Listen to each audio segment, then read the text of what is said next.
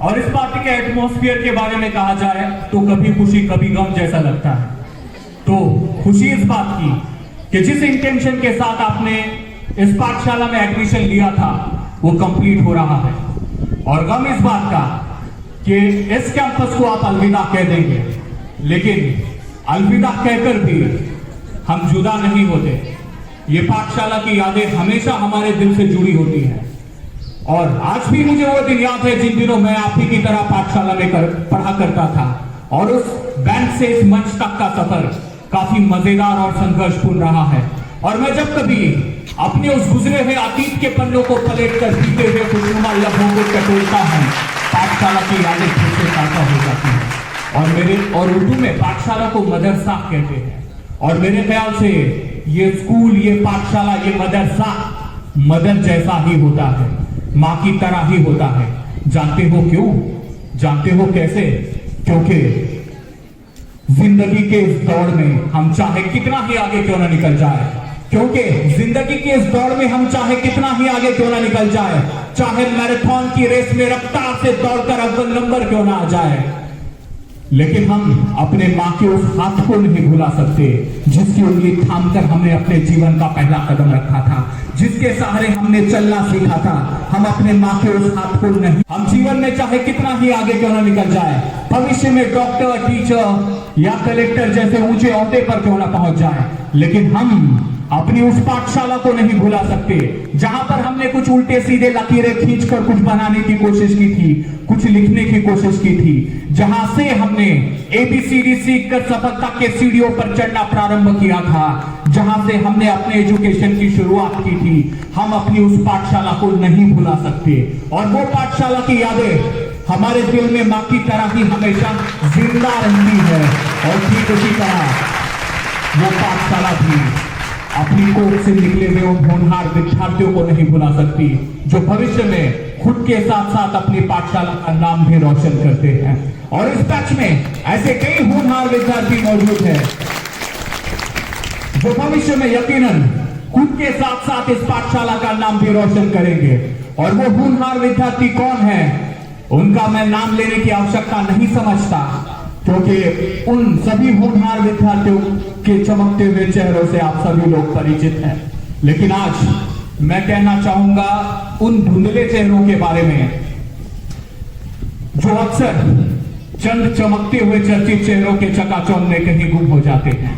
ये वो चेहरे हैं जो अक्सर परीक्षा में पिछड़ जाने के कारण अध्यापक की डांट खाते हैं। ये वो चेहरे हैं जो अक्सर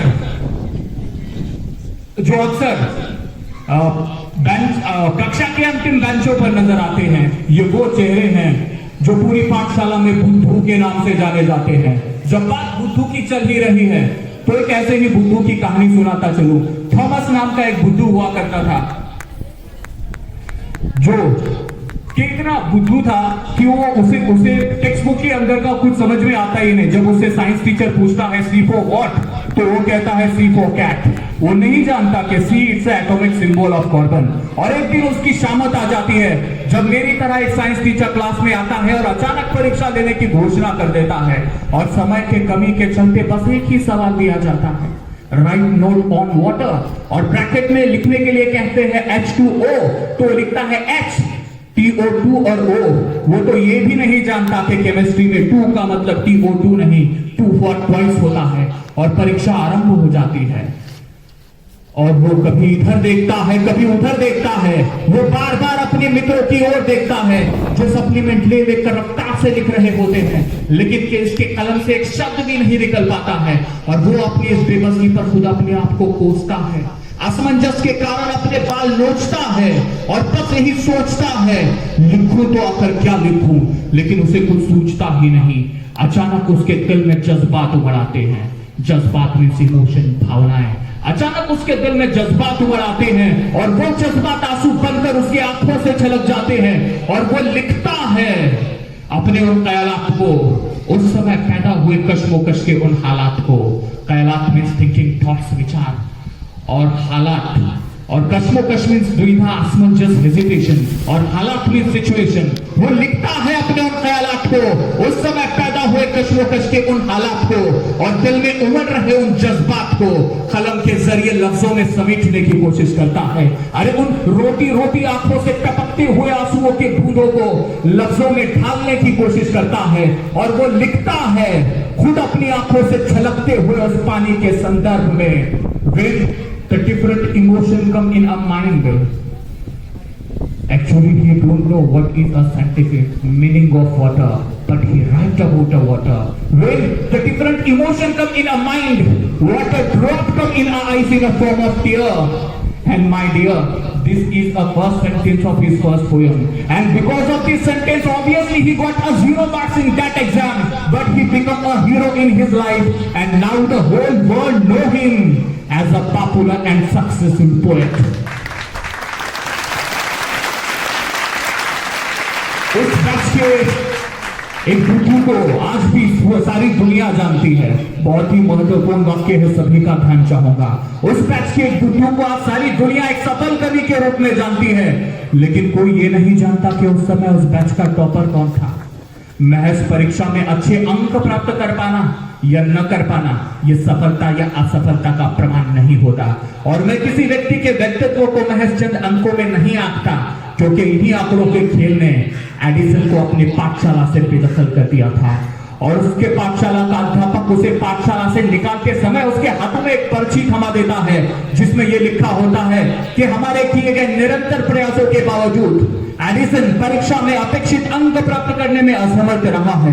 इसी कारण उसे पाठशाला से निष्कासित किया जाता है, और वो जाकर जब चिट्ठी अपनी मां को देता है तो मां वो चिट्ठी देखकर रो पड़ती है, और एडिसन, वही निकम्मा और नाकारा एडिसन, अपनी अद्भुत खोज से सारी दुनिया को आश्चर्यचकित कर देता है। जिसके पाठशाला के अध्यापक के अनुसार जिसका भविष्य अंधकार में था, भविष्य में वही एडिसन सारी दुनिया को प्रकाशित कर देता है। अरे हाँ, ये वही निकम्मा और नाकारा एडिसन है जिसने बिजली के बल्ब का आविष्कार किया, और जिसके दम पर आज सारी दुनिया अंधेरे में भी जगमगा उठती है। और everyone is not a perfect man. हर कोई परफेक्ट नहीं होता, हर किसी में कुछ ना कुछ कमी जरूर होती है। जिस तरह हर एक में कमी जरूर होती है, ठीक उसी तरह उसके भीतर कुछ ना कुछ खूबी जरूर छुपी होती है, जिसका आज ही आपने एक एग्जाम्पल देखा। दर्शन ने बहुत अच्छी तरह से मिमिक्री की, न सिर्फ एक्टर्स की बल्कि टीचर्स की भी। ऐसे कई सारे टैलेंट है जो आपके भीतर छुपे हैं। कोई अच्छा गा सकता है तो कोई अच्छा लिख सकता है, तो कोई अच्छा पेंटिंग कर सकता है, जिस तरह आपने देखा श्रुति की पेंटिंग। और ऐसे बहुत सारे विद्यार्थी हैं जिनकी आज टैलेंट छुपा होता है, लेकिन आप ट्रेंड बन चुका है, हर कोई बस डॉक्टर और इंजीनियर होना चाहता है। ये जरूरी नहीं, आपके भीतर जो टैलेंट है उसे बाहर निकालिए। आप किसी फील्ड, किसी फैकल्टी, किसी बिजनेस में क्यों ना हो, उस फील्ड में मेरे टॉप पर पहुंच जाइए कि उस बुलंद मुकाम पर सिर्फ तुम ही तुम हो, कोई और ना हो। फिर देखना आपको जॉब ढूंढने की जरूरत क्या है, अपॉर्चुनिटीज आपको खुद तलाशती हुई आएगी। लेकिन हमारी कुछ अजीब ही टेंडेंसी है, एक अलग ही नेगेटिव एटीट्यूड है। हम सोचते हैं कि हम इस कंधार के विद्यार्थी कुछ कर ही नहीं सकते, सीबीएसई पैटर्न के बिना कुछ मुमकिन ही नहीं। ऐसी जो नेगेटिव थिंकिंग रखते हैं, मैं उनके लिए कह दूं, कमाले बुज़दिली है पस्त होना अपनी आंखों में, कमाले बुज़दिली है पस्त होना अपनी आंखों में। अगर थोड़ी सी हिम्मत हो तो फिर क्या हो नहीं सकता। एवरीथिंग इज पॉसिबल, सब कुछ मुमकिन है, महज आप अपनी एक घटिया सोच बदलिए, सारी दुनिया बदल जाएगी। तो बस इसी बदलाव की उम्मीद के साथ मैं अपने विचारों को विराम देता हूं, और चलते चलते फिर से एक दफा आप सभी को उज्जवल भविष्य की शुभकामनाएं देता हूं। So thank you once again, wish you all the best for your bright future. Thank you.